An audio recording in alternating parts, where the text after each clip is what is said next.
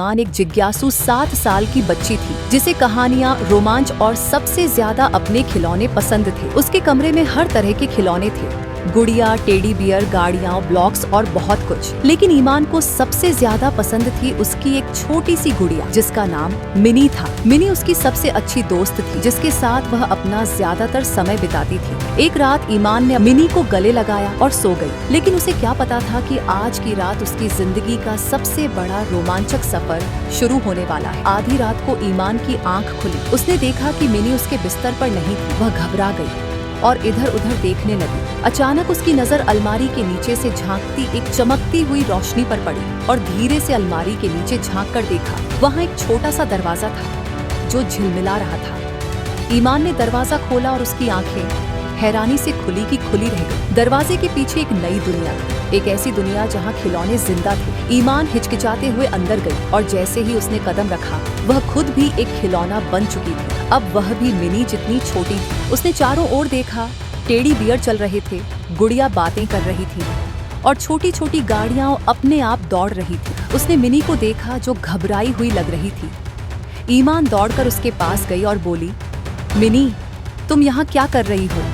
Mini ने जवाब दिया, ईमान, मुझे बहुत खुशी है कि तुम आ गई हो। इस खिलौनों की दुनिया में एक बड़ा खतरा आ गया है। खिलौनों के राजा मेगाट्रॉन ने हमारा जादू चुरा लिया है और अगर वह वापस न मिला तो हम हमेशा के लिए निर्जीव हो जाएंगे। ईमान ने बहादुरी से कहा, चिंता मत करो मिनी, हम मिलकर यह जादू वापस लाएंगे। ईमान और मिनी ने अपने सफर की शुरुआत की। सारे खिलौने उनकी मदद के लिए आगे आए। एक छोटा सा टेडी बियर जिसका नाम टेबो था उनका मार्गदर्शक बना। टेबो ने बताया कि मेगाट्रॉन का किला खिलौनों की घाटी के आखिरी छोर पर है और वहां पहुंचने के लिए कई चुनौतियों से गुजरना होगा। पहली चुनौती, ब्लॉक्स की भूल भुलैया।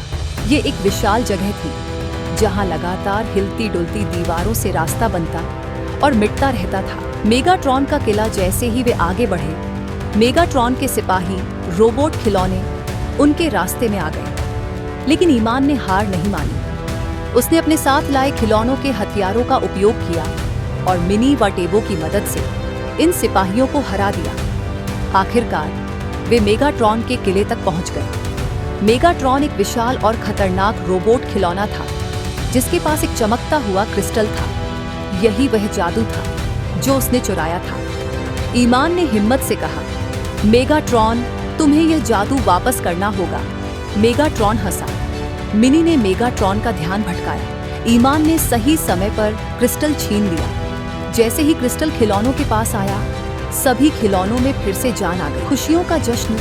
ईमान, मिनी और टेबो वापस खिलौनों की दुनिया में आए। सभी खिलौनों ने खुशी से जश्न मनाया। अब मेगाट्रॉन की जगह एक दयालु टेडी बियर को नया राजा बना दिया गया जो सब खिलौनों का ख्याल रखता था। मिनी ने ईमान से कहा, तुमने हमारी दुनिया को बचा लिया। तुम सच में एक बहादुर लड़की हो। ईमान मुस्कुराई और बोली, दोस्ती और हिम्मत से हम किसी भी मुश्किल को जीत सकते हैं। सपना या हकीकत? अचानक ईमान की आंख खुली। वह अपने बिस्तर पर थी और मिनी उसके पास बैठी थी। क्या यह सिर्फ एक सपना था? ईमान ने सोचा, लेकिन जब उसने अपनी जेब में हाथ डाला तो वहाँ से एक छोटा सा चमकता हुआ क्रिस्टल निकला। ईमान ने मुस्कुराकर मिनी को देखा और कहा, हमारी कहानी अभी खत्म नहीं हुई।